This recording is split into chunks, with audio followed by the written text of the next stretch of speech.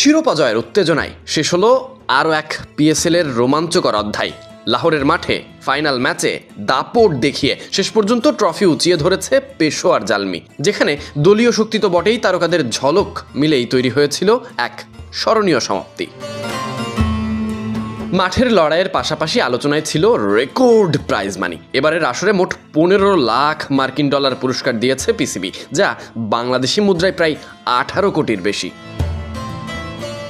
Champion Peshawar Zalmi পেয়েছে 10 lakh dollar, runners up Hyderabad Kingsman পেয়েছে 3 lakh dollar. এছাড়া বিশেষ পারফরমেন্সের জন্য ছিল আলাদা পুরস্কার। পুরো টুর্নামেন্ট জুড়ে ব্যক্তিগত পারফরমেন্সেও ছিল দারুণ সব গল্প। ব্যাট হাতে ধারাবাহিকতা দেখিয়ে 11 ইনিংসে 588 রান করে সেরা ব্যাটার হয়েছেন বাবর আজম। অন্যদিকে বল হাতে জাদু দেখিয়েছেন তরুণ লেগ স্পিনার সুফিয়ান মুকিম।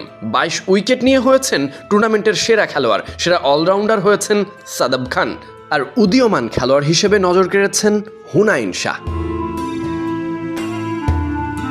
ফাইনালের মঞ্চে আসল নায়ক ছিলেন অ্যারন হার্ডি। বল হাতে শুরুতেই প্রতিপক্ষকে চাপে ফেলে তুলে নেন 4টি গুরুত্বপূর্ণ উইকেট। এরপর ব্যাট হাতে দেখান ঠান্ডা মাথার ক্লাস। অপরাজিত 56 রানের ইনিংসে দলকে পৌঁছে দেন জয়ের বন্দরে। এই অলরাউন্ডিং পারফরমেন্সই মূলত ম্যাচের মোড় ঘুরিয়ে দেয়, তাই তাকেও আলাদা করে বিবেচনা করা যায়। শুধু কি তাই, পুরো টুর্নামেন্ট জুড়ে সেরা উইকেট কিপার ছিলেন শ্রীলঙ্কান কুশল মেন্ডিস। এছাড়া ফিল্ডিংয়ে দারুণ করে সেরা খেতাব পেয়েছেন ফারহান ইউসুফ। বাংলাদেশি সমর্থকদের জন্য ছিল বাড়তি আনন্দ।